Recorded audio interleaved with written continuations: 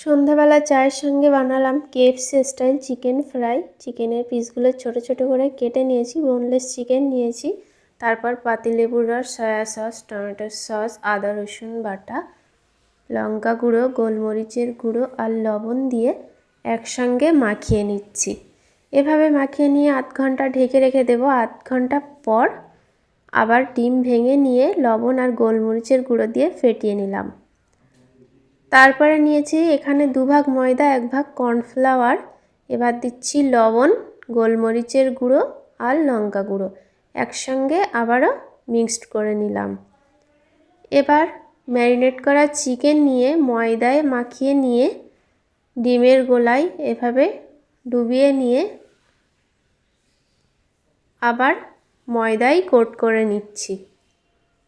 আবারও ডিমের গোলায় ডুবিয়ে নিয়ে এবার ময়দায় কোট করে নিয়ে এভাবে সব চিকেনের পিসগুলো ভাজার জন্য রেডি করে নেব।